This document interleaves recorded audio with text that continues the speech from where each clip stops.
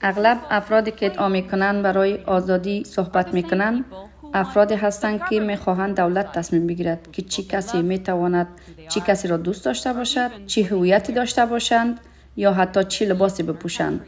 ما آن را در کشور خود و در سراسر دنیا میبینیم.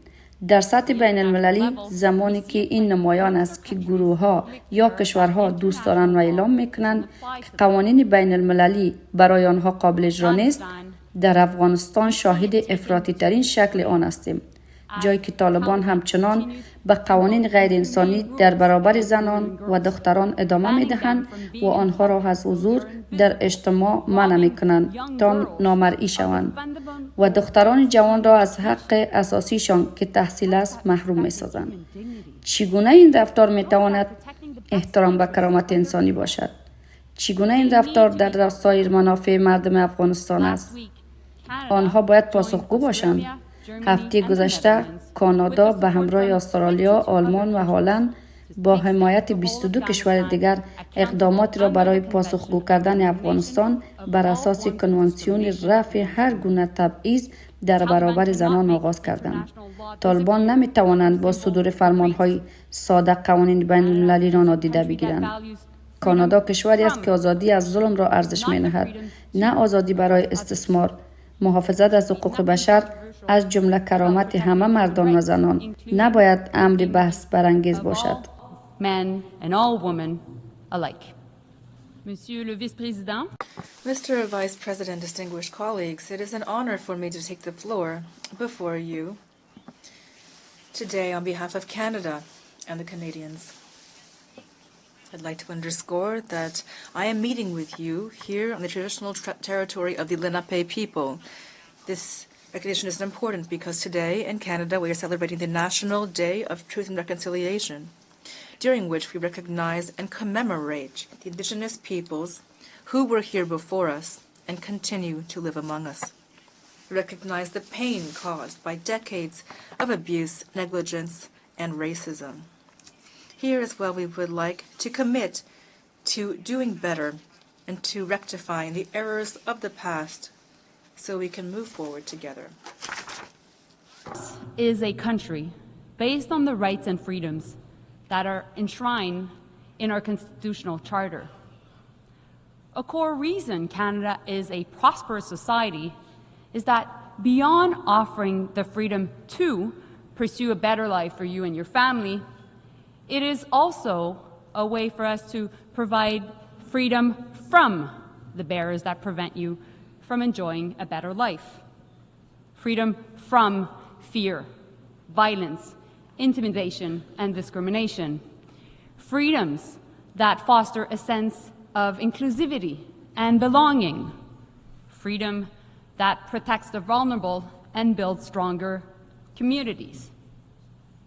Far too often, though, some of the loudest voices claiming to speak for freedom are the ones trying to redefine that word for their own purposes. They claim freedom as an excuse to do as they wish without any regard for the freedoms of others. This is certainly not how we should define freedom. They hide behind the word to tell us everything is broken, to spread disinformation and parrot the lines fed to them by those who wish to interfere in our elections and undermine our democracy. They weaponize the term freedom to further marginalize those in the most vulnerable situations, to justify spreading hate, and even deny people their right to make choices about their own bodies, including limits on reproductive rights.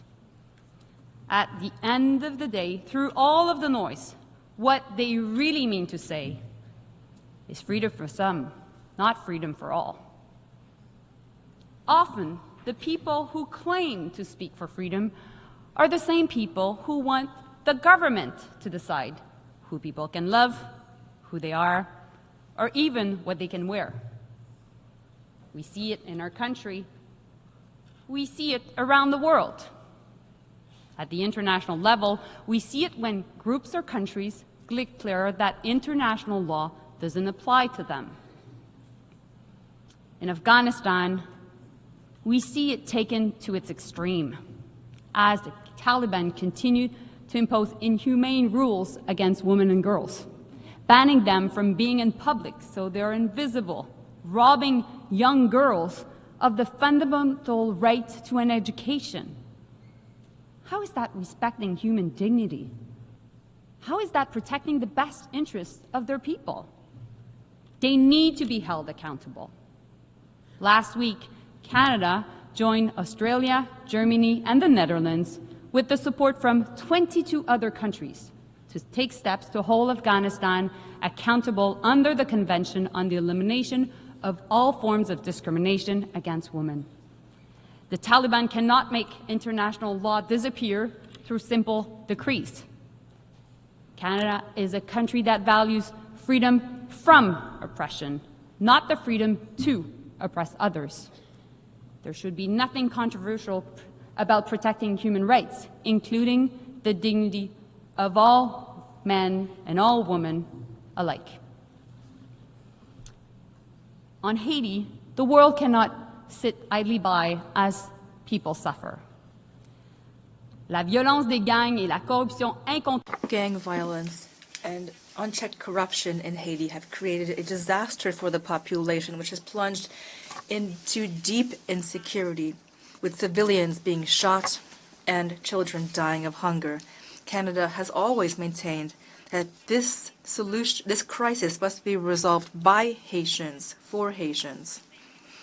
Therefore, the Presidential Council for the Transition and the Government of Transition is striving to restore order, but they can't do so alone. The Haitian people needs a multinational support and security mission that works together with the Haitian National Police, not only to help the police restore order, but also to meet the population's basic needs. That is why Canada has invested more than $100 million to support that mission. It is doing its part. We must show the Haitian people that we will not abandon them. The UN Security Council must send a clear message to this effect, and I'd like to thank them for their decision today. I also would like to thank CARICOM in Kenya for the crucial role they are playing in the response to this crisis. Together, we can bring about lasting peace and stability in Haiti. Mr. President, what is happening in the Middle East is an unspeakable tragedy. Thousands have been killed in Israel, in Gaza, and in Lebanon, including many Canadians. This is a senseless war that goes against the dignity of human beings. The suffering on all sides must end.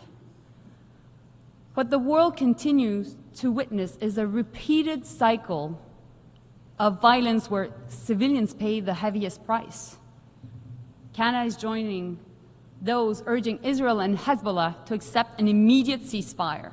We need to create space for peace talks and save lives. There cannot be war in Lebanon. Full stop. UN Security Council resolutions must be respected. Families in southern Lebanon and families in northern Israel must be able to safely return to their homes. We have, and always will, insist that civilians be protected wherever they're from. Next week marks 1 year since the terrorist attacks by Hamas against Israel. And last March, I visited Kibbutz Kfar Aza, one of the communities attacked on October 7. I met Ayelet, a mother grieving her son who was brutally murdered in the attack, and he died protecting his fiancée. Ayelet recounted the terror of that day, the search for loved ones in burned homes. As she spoke about the horrors of October 7th, we heard the bombs as they landed in Gaza nearby and felt the ground shudder. In that moment, the duality of the tragedy befalling the Israeli and Palestinian people was profound, and it is a moment I will never forget.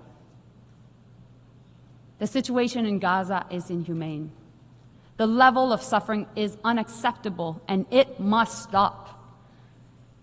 Innocent Palestinians, women and children cannot pay the price of defeating Hamas. It must end. And a ceasefire is needed immediately. Hostages must be released. This requires both sides making real efforts. Mr. President, for lasting peace, Canada has long advocated for a two-state solution. We believe both Israelis and Palestinians have the right to exist. We all know a negotiated agreement is the best chance for Israelis and Palestinians to live side by side in peace and security. Unfortunately, Hamas, a terrorist organization, continues to operate in Gaza, refuses to release hostages, and refuses to lay down its weapons. And meanwhile, the government of Israel is against the creation of a Palestinian state. Violence against Palestinians by extremist settlers and expansion of settlements by Israel in the West Bank continue unabated. And this is unacceptable. Canada supports the creation of a Palestinian state. That is why we are providing security and development support to Palestinians themselves. We will officially recognize the state of Palestine at the right time, when it is the most conducive to building a lasting peace, and not necessarily as the last step of a negotiated process. More than anything, this conflict has led to unspeakable pain. Communities are hurting. People have the right to protest peacefully, but nobody has the freedom to intimidate others. Polarization is a real problem, and division is real. We have a collective responsibility to bring people together. Mr. President, it's now been 2.5 years since Russia launched its illegal invasion of Ukraine. The human cost continues to grow. No country has the right and the freedom to invade its neighbor, and there's no freedom to impose your will on others. This aggression is a blatant violation of the UN Charter. Russia needs to get out of Ukraine now. And the Ukrainian people have the right to be free from fear and from aggression. They have the right to decide what their own future should be. And Mr. President, we all know that if Russia's aggression goes unchecked here, it will continue. Many countries in the region and the hemisphere are wondering if they will be next. And the world must not back down in denouncing this unjustifiable aggression, and Canada will not back down from its support for Ukraine. At the end of October, Canada will host a conference co-organized with Norway and Ukraine on the human dimension of Ukraine's 10-point peace formula. We will focus on the return of children to their families, as well as deported civilians and prisoners of war. Everyone, those affected by this war, is entitled to freedom from violence and from being forced from their home. Monsieur le Président, Mr. President, the issues I've just spoken about have to do with massive challenges, and this institution has a key role to play to bring us toward solutions together. The UN's detractors accuse it of being unable to resolve the problems that the world is facing today. And worse, some, one might call them conspiracy theorists, even think that the UN is the cause of some of these problems. Both of these groups are ignorant of reality and the strength of this organization. The UN is a unique platform allowing us to come together and speak to each other on an equal footing, to try to reconcile our differences, sometimes profound, through discussion and through seeking consensus. And that is why Canada supported the adoption of the Pact for the Future during the Summit of the Future held last week. The Pact is a starting point, allowing us to work together to ensure the lasting place of this organization. The UN is not perfect, true, but progress is possible. As said by Secretary General, we simply cannot build a future for our grandchildren with a system built by our grandparents. So, let us build that future together. Mr. Vice President, for almost 80 years now, no woman has occupied the post of Secretary General. That is unacceptable. Last week, I had the great honor, together with my colleague from Jamaica, to host in Toronto about 15 women ministers of foreign affairs from throughout the world. Our intention is clear. The next leader of this great institution must be a woman. It is high time for us to be able to say proudly from this podium and throughout the world, Madam Secretary General.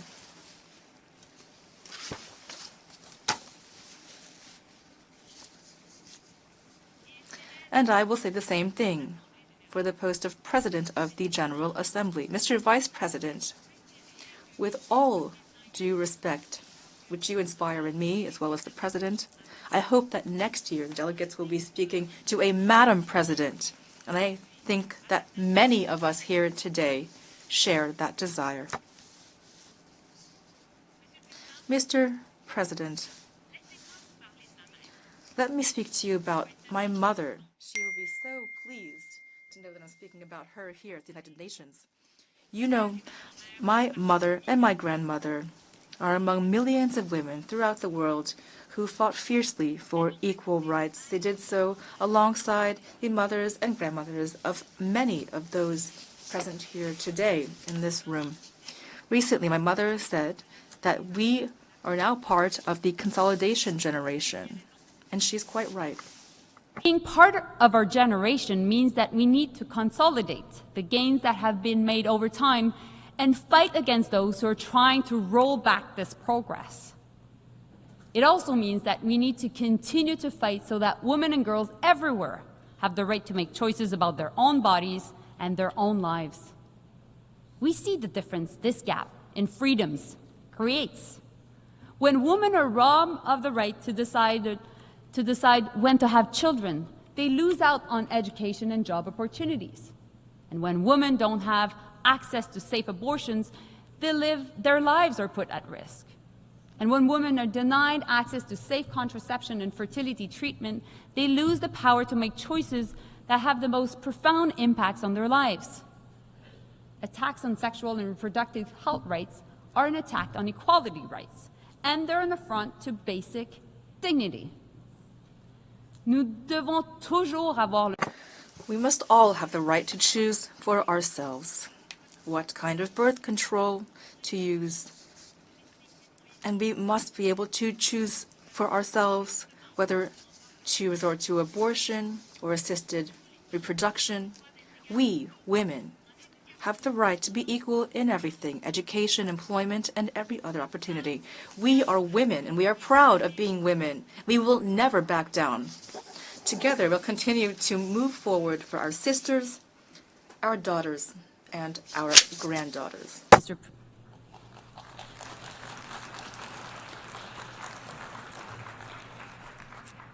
Mr. President, 2 years ago, I stood here and said countries around the world were faced with a choice. And we still have that choice today.